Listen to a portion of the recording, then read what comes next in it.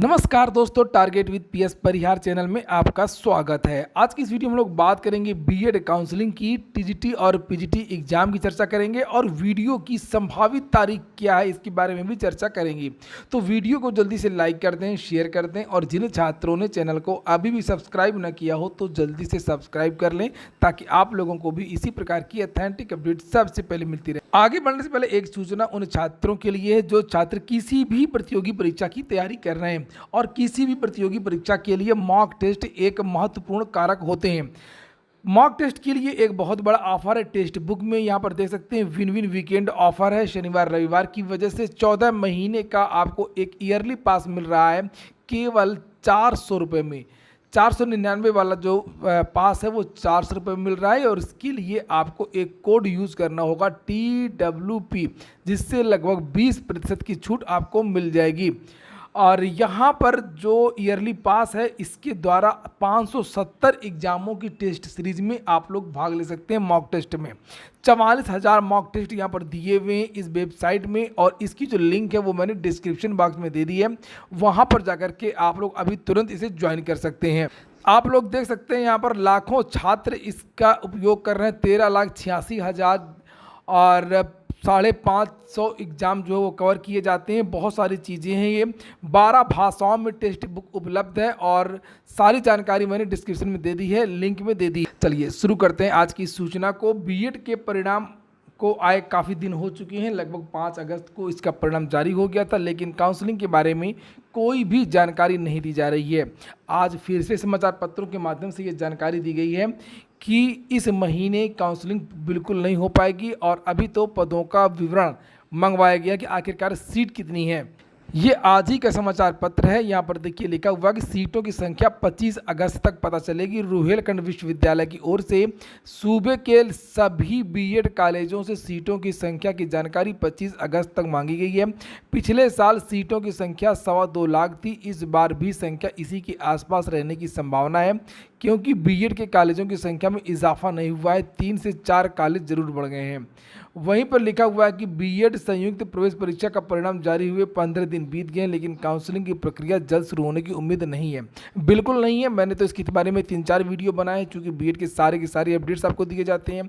मैंने आप लोगों से बताया था कि बहुत सारी विश्वविद्यालयों के परिणाम जारी नहीं हुए। स्नातक के रुहेलखंड विश्वविद्यालय जिसने परीक्षा करवाई है इसका खुद अभी तक परिणाम जारी नहीं हुआ है बीए फाइनल का और इसी कारण इसमें देरी हो रही है। लिखा कारण ये कि प्रदेश के कई विश्वविद्यालयों ने स्नातक फाइनल ईयर का परिणाम अभी तक जारी नहीं किया है। रुहेलखंड विश्वविद्यालय का भी परिणाम अभी तक अटका हुआ। माना जा रहा है कि बीएड की काउंसलिंग के बारे में अगले महीने ही स्थिति साफ हो पाएगी।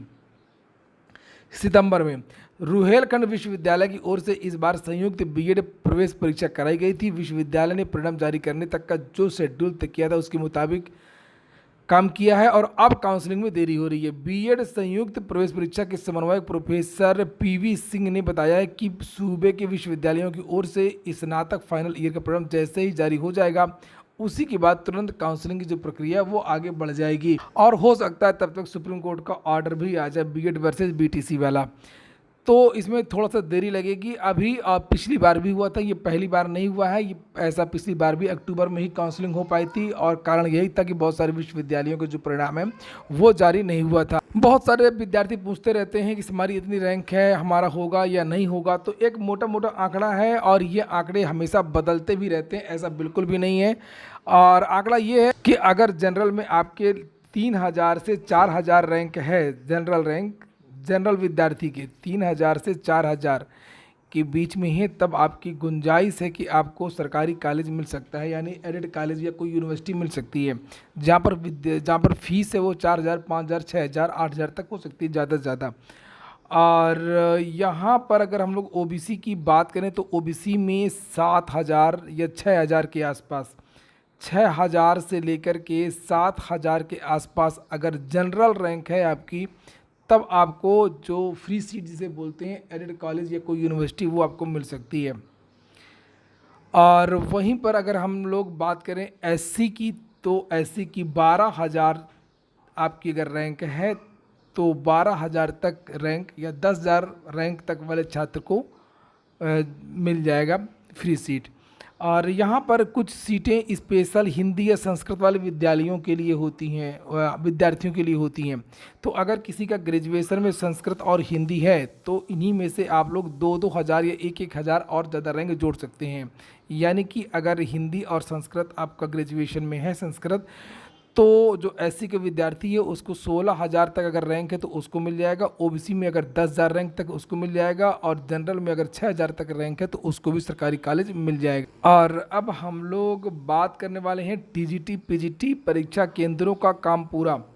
पिछले महीने जुलाई के महीने में बहुत सारे पत्र भेजे गए थे अलग अलग डीआईओएस के लिए, और डीआईओएस के द्वारा बहुत सारे प्रधानाचार्यों को भेजा गया था और समाचार पत्रों के माध्यम से भी जानकारी मिली थी, चाहे वो अमेठी का समाचार पत्र हो, चाहे वो चित्रकूट का हो, सोनभद्र का हो, प्रयागराज का हो।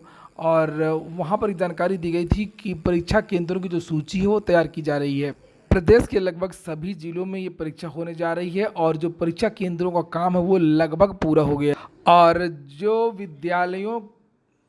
जिन विद्यालयों को परीक्षा केंद्र बनाया गया है वहां पर भी ये सूचना दी गई है कि नवंबर में जो इसकी परीक्षा है वो होनी चाहिए या हो सकती है। टीजीटी और पीजीटी की परीक्षा में क्या क्या सूचना होनी चाहिए? सीसीटीवी कैमरे होने चाहिए, पानी की व्यवस्था होना चाहिए, प्रकाश होना चाहिए, सुरक्षा होनी चाहिए, बाउंड्री वाल होनी चाहिए। ये सब जो चीज़ें हैं वो सभी विद्यालयों को भेजी गई हैं और इसी के अनुरूप सारे के सारे जो परीक्षा केंद्र हैं वो बन चुके हैं। तारीखें भी निश्चित हो चुकी हैं कि किन किन तारीखों में ये परीक्षा होगी, लेकिन चयन बोर्ड अभी खुद ही आश्वस्त नहीं है कि इन तारीखों में परीक्षा हो पाएगी। इसलिए चयन बोर्ड किसी तरीके से कोई भी अधिकारी या कोई भी कर्मचारी इसके बारे में कोई बात नहीं करना चाहता है।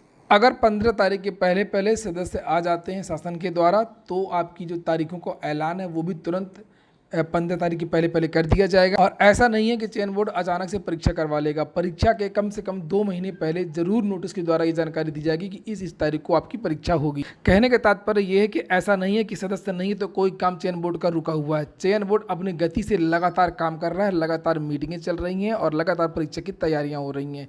अगली जो सूचना है वो वीडियो री एग्जाम संभावित डेट की, इसके बारे में मैंने कल जानकारी दी थी कि जो उत्तर प्रदेश अधीनस्थ सेवा चयन आयोग इस भर्ती के बारे में पूरी तरीके से शांत है, पूरी तरीके से खामोश है और इस साल परीक्षा होने की संभावना बहुत कम है। विद्यार्थी लगातार कमेंट कर रहे हैं कि सर संभावित तारीख क्या हो सकती है। तो जो सिचुएशन है, जो चीज़ें हैं उसे देखकर ऐसा लग रहा है कि संभावना दिसंबर में भी है। दिसंबर, जनवरी, फरवरी इन 2-3 महीनों में आपकी जो वीडियो की परीक्षा है वो 90% संभावना है कि ये हो जाएगी।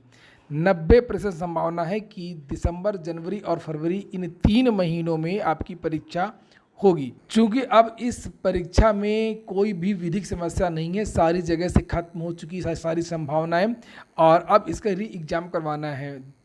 और इस पोस्ट को काफ़ी दिन तक रिक्त भी नहीं रखा जाता है। ग्राम पंचायत अधिकारी हों चाहे ग्राम विकास पर्यवेक्षक हों, जितनी भी सरकारी योजनाएं हैं इन्हीं के द्वारा कंप्लीट होती हैं। केंद्र सरकार और राज्य सरकार की जितनी भी योजनाएं हों उन पर तुरंत कार्यवाही के लिए ये पद काफ़ी महत्वपूर्ण है, इसलिए ये ज़्यादा दिन तक ये पद रिक्त नहीं हो सकता है। तो ठीक है दोस्तों, ये हो गया आज का वीडियो। अगर आपको अच्छा लगा हो, आपके काम का हो तो लाइक अवश्य कर दें। पूरा वीडियो सुनने के लिए बहुत बहुत धन्यवाद।